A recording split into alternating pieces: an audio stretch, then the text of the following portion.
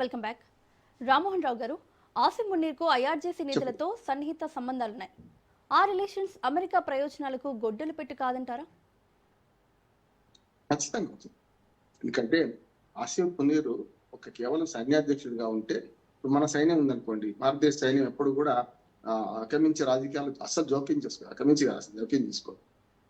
కానీ అక్కడ పాకిస్తాన్ లో అసలు సైనిక జోక్యం లేకుండా పాలకులు మనగలగలేరు అంటున్నారు. ఎంత పెద్ద బుట్టో లాంటి వాడినే సైన్యం ఉరిదీసింది, చూసినాం కదా. బెనజిట్ బుట్టో లాంటి వాడిని, అట్లాంటి బుట్టో మనం అటువంటి వాళ్ళని చూసింది మనం. అందుకని ఏమంటుందంటే అక్కడ సైన్యం జోక్యం ఉంటుంది. దాంతో పాటు ఆసిఫ్ మునీర్ కు ఇరాన్ లోకి ఐఆర్జీసీ వాళ్ళతో న్యాయ సంబంధాలని వ్యక్తిగతంగా పరిచయాలు ఉన్నాయి అనేది మాట ఉన్నది.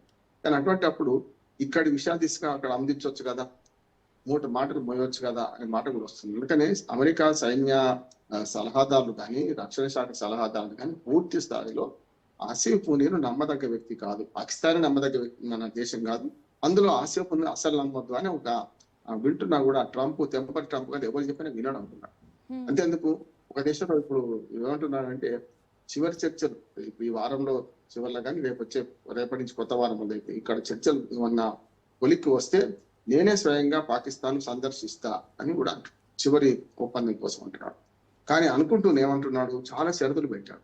మరి అమెరికా ఏవైతే షరతులు పెట్టిందో వాటిని ఐఆర్జీసీకి కానీ, అంతేగా ఐఆర్జీసీ మన స్థాయి వారి ఆధీనంలో ఉన్నట్టు దేశం ఏది ఇరాన్, కానీ అందిస్తున్నాడా లేకపోతే ఇద్దరి మధ్యన కొంచెం దాపరికం చేస్తున్నాడా అంటే మొన్న బయటపడదు కదా, లెబనాన్ ఈ ఒప్పందంలో లేదు అనే సంగతిని పాకిస్తాన్ చెప్పలేదని లెబనాన్ మన ఇజ్రాయెల్ ఉంటుంది. కానీ మేము చెప్పామని పాకిస్తాన్ ఉంటుంది. అక్కడనే ఇద్దరి మధ్యన మాయ చేసి మరమం చేసి కొంత ఏదైనా కొంచెం దాచాడని ఉంటుంది. అట్లాగే అమెరికా అధ్యక్షుడు చూడండి అమ్మ, ఎప్పుడైనా పాకిస్తాన్ భారత్కి ఇప్పుడే కాదు, ఈ 70 ఏళ్లలో అమెరికా అధ్యక్షుడు ఎవరైనా ఉండని, ట్రంప్ కొంచెం టెంపరీగా ఉంటుంది అంతే తేడా. కానీ మిగతా అధ్యక్షులు ఎవరైనా కానీ భారత్ను సందర్శించిన 1 నెలలోపో 2 నెలలోపో పాకిస్తాన్ సందర్శిస్తారు ఎప్పుడు చూడండి. లేకుంటే పాకిస్తాన్ పోయిన పాలకులు ఎవరైనా అమెరికా పాలకులు ఉంటే వెంటనే ఒక 1 నెల 2 నెలల తర్వాత భారత్ను సందర్శిస్తున్నారు. అంటే వాళ్ళు ఏంటంటే మేము ఇద్దరికి సమానం అని చెప్పడానికి కానీ, పాకిస్తాన్ మనం ప్రసన్నం చేసుకోవడానికి ఎక్కువ సార్లు అమెరికా అధ్యక్షుడు ప్రయత్నం చేసింది. అంటే మన పక్కలో పల్లెంలాగా ఉండాలి పాకిస్తాన్ తమ అదుపాకులే ఉండాలి. ఎందుకంటే ఆర్థికంగా వీక్ అయినది అప్పటి నుంచే, ఇస్లామిక్ కంట్రీ ఆర్థికంగా వీక్ అయినది, మనం చెప్పినట్టు వింటది, భారత్ మనం చెప్పినట్టు వినదు. ఎందుకంటే నెహ్రూ కాలం నుంచి వాళ్ళ మోడీ వరకు అత్యంత శక్తివంతమైన ప్రధానులు 3-4 పనిచేసింది. ఒక రకంగా చెప్పాలంటే నెహ్రూ తర్వాత ఇందిరాగాంధీ కానీ, లేకపోతే ప్రభావం చూపెట్టిన రాజీవ్ గాంధీ కానీ, తర్వాత పివి నరసింహారావు గారు మౌనంగా ఉన్న ఆయన ప్రధానమంత్రిగా ఉన్నప్పుడు కానీ, అట్లానే ఇప్పుడు మోడీ వరకు వాజ్పేయి గారి మధ్యన, అంటే వీళ్ళందరూ కూడా శక్తివంతమైన ప్రధానులుగా ఉన్నారు. కనుక దాంతో ఇక్కడ అస్థిరత్వం లేదు మన దగ్గర.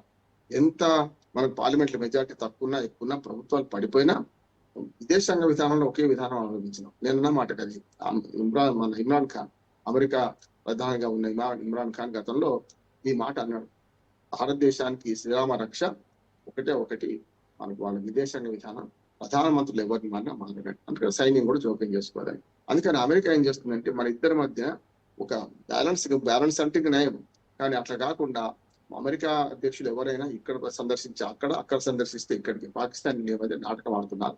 దానిలో భాగంగానే ఏమంటున్నానంటే మన సైన్యం కంటే మన పాకిస్తాన్ సైన్యంలో పూర్తిగా కీలక పాత్ర ప్రభుత్వాల మీద పెత్తనం, అట్లాగే తీవ్రవాదంతో సంబంధాలు కలిగి ఉండడం. అంటే నానఫిషియల్ తీవ్రవాద సంబంధం కలిగి ఉంటారు, దాంతో ఏమైనా చేస్తారు. దానికి ప్రధానంగా చూడండి, మీరు ఆఫ్ఘనిస్తాన్ లో 20 సంవత్సరాలు అమెరికా తిష్ట వేస్తే ఆ తర్వాత మనకు పూర్తి స్థాయిలో అమెరికాకు ద్రోహం చేస్తూ తన దగ్గర ఉన్న ఆఫ్ఘనిస్తాన్ తీవ్రవాదం కాపాడుకుంది, ఆ రకంగానే వ్యవహరించింది అనే మాట ఉంది. ఇప్పుడు ఏమైంది, ఆఫ్ఘనిస్తాన్ తిరగబడదామని మాటలు ఆఫ్ఘనిస్తాన్ చెప్తుంది, మనం చెప్పిన మాట కాదు. పూర్తిగా మాకు తీవ్రవాదం నేర్పింది మీరు కదా అని. దానికి తగ్గట్టుగానే పాకిస్తాన్ కూడా ఒక్కోసారి ఎంత తోకజాడిస్తుందంటే అమెరికా వైపు, అమెరికా పాలకుల మీద. ఆ మధ్యన మనకు జో బైడెన్ పాకిస్తాన్ చాలా తీవ్రవాదమైన దేశం అని మాట అన్నాడు. ఇంతకుముందు ట్రంప్ కంటే ముందు, ట్రంప్ తర్వాత 4 ఏళ్ళు ట్రంప్ అధికారంలో ఉన్న 2017 నుంచి 21 దాకా, 21 నుంచి 25 దాకా మన జో బైడెన్ అధికారంలో ఉన్నాడు. జో బైడెన్ అమెరికా అధ్యక్షుడు ఏమన్నాడంటే పాకిస్తాన్ తీవ్రవాదం ప్రోత్సహిస్తుందని మాట్లాడాడు. వెంటనే పాకిస్తాన్ స్పందన చూస్తే మనం ఆశ్చర్యపోతాం. అసలు తీవ్రవాదం లేపిందే మీరు కదా, ఆఫ్ఘనిస్తాన్ కోసం ఇతర దేశాల కోసం, ఇతరులంటే భారత్ అనకుండా చెప్పింది, మమ్మల్ని తీవ్రవాదం తయారు చేసింది మీరే కదా అని సమాధానం ఇచ్చింది. అంటే పాకిస్తాన్ తక్కువ అంచనా వేయడానికి వీలు లేదు. కనుక ఆ రక్షణ శక్తిలో కూడా ఒక రకంగా చెప్పాలంటే 7,800 స్థానాలు ఉన్నది. అడ్డగోలు రక్షణ శాఖ మీద ఖర్చు పెడుతుంది. ఇవన్నీ ఎక్కడి నుంచి రావాలి? IMF నుంచి లోన్ తీసుకోవడము, లేకపోతే నిన్న కాక మొన్న UAE నుంచి వాళ్ళ నుంచి వాళ్ళ $3 బిలియన్ మొన్ననే UAE సహాయం చేసింది. అంటే ఇట్లా చూసుకుంటే అమెరికాతో ఎన్నడైనా పని పడుతుంది మనకు. అమెరికాకు లొంగి ఉండాలి, ఇటుపక్క ముస్లిం దేశాలను ప్రసన్నం చేసుకోవాలి. అంటే రెండు డబుల్ గేమ్ ఆడుతుంది పాకిస్తాన్. ఈ డబుల్ గేమ్ ఆడేటోళ్ళు ఎప్పుడైనా నష్టపోతారు అనుకున్నాను. దాన్ని నమ్మి అమెరికా నష్టపోవచ్చు, లేకుంటే IRGCతో సంబంధాలు ఉండి అమెరికా చేస్తున్న ప్రతిపాదనలు అందిస్తున్నారా లేదా, లేకుంటే ఏం చేస్తారని దాన్ని బట్టి కూడా IRGCతో ఒకసారి పెట్టుకుంటే పాకిస్తాన్ పని అవుటే అంటున్నాను. ఎందుకంటే IRGC కానీ ఇరాన్ కానీ తన తీవ్రవాద సంస్థలు ప్రోత్సహించి హిజ్బుల్లా, హమాస్, మన హౌతీ ఇట్లాంటి సంస్థలు ప్రోత్సహిస్తున్న ఇరాన్ ఒకవేళ పాకిస్తాన్ వ్యతిరేకమైతే చాలా దుర్మార్గ ప్రతిపాదన ఉంటారు. అయితే ఒక్కటేంటంటే ఇరాన్ పాకిస్తాన్ కు ఉన్న క్వశ్చన్ ఏంటంటే, ఇరాన్ కు పాకిస్తాన్ మధ్యన ఉన్న క్వశ్చన్ ఏంటంటే తుర్కీ అనుకున్నాం మనం. టర్కీ ఇంకొకటి 2 ముస్లిం దేశాలు ఈ రెండింటి మధ్యన క్వశ్చన్ గా పనిచేస్తుంది. అంటే ఇరాన్ కును అట్లాగే పాకిస్తాన్ మధ్యన.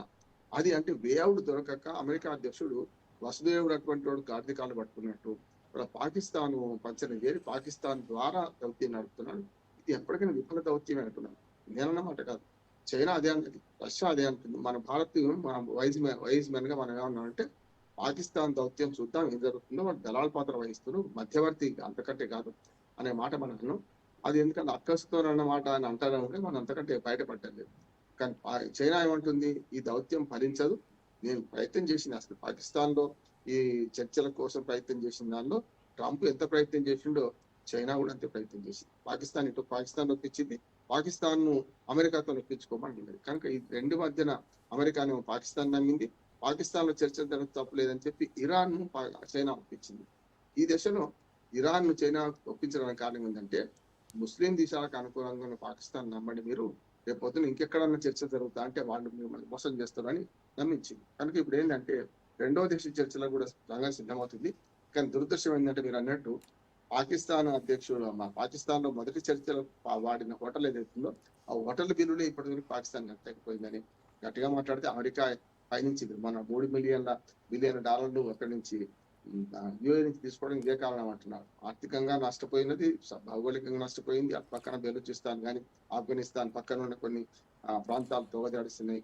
POK ఎట్లా ఇండియాలో కలుస్తాను గొడవ చేస్తున్నది. ఇప్పుడు ఆ గొడవ ఆపరేషన్ సింధూర్ తర్వాత మొదట్లో బాగున్నా, ఇప్పుడు కొంచెం సర్దుమణినట్టున్నా కూడా ఒకవేళ పాకిస్తాన్ చిన్న భిన్నం అయితే 3 దేశాలకు వెళ్ళిపోతాయి. ఒకటేమో POK మన దేశంలో కలుస్తుంది, అట్లానే ఒక సింధు, అట్లాగే మనకు పంజాబ్ ప్రాంతాలు మాత్రమే ఆర్థికంగా ఒక ఫర్టైల్ ల్యాండ్ ఉన్న ప్రాంతం కనుక అటు బెలూచిస్తాన్ అటుపోతుంది, ఇటు పక్కనే మరి మన బల్టిస్తాన్ అటుపోతుంది, ఇటు ఆఫ్ఘనిస్తాన్ పక్కన ఉన్న ప్రాంతాలను కూడా మనకు ఎట్లాంటి రేఖ మనం విమర్శిస్తున్నారు. ఆఫ్ఘనిస్తాన్ పాకిస్తాన్ లో చొచ్చుకొస్తాం, ఈ ప్రాంతాలను మాయ అంటున్నారు. అది కనుక పెద్ద ప్రమాదం. దాంతోనే ఇప్పుడు శక్తివంతమైన అమెరికా దేశంతో ఈ పాకిస్తాన్ స్నేహం చేస్తుంది. ఇద్దరి మధ్య బ్రోకరేజ్ చేస్తుంది. ఇరాన్ కు అమెరికా మధ్యన బ్రోకరేజ్ చేస్తుంది. బ్రోకర్ ఎప్పుడో ఒకసారి బయటపడతాడు, కమిషన్ ఏజెంట్ కాబట్టి ఎప్పుడో బయటపడతాడు. ఇద్దరి మధ్యన ఏం ట్రేడ్ డీల్ చేస్తున్నారు, ఏం సైనిక డీల్ చేస్తున్నారు బయటపడతారు. కనుక అమెరికా మాత్రం పాకిస్తాన్ నమ్మడం ఆత్మహత్య సదృశ్యమని నేను అనుకుంటున్నాను.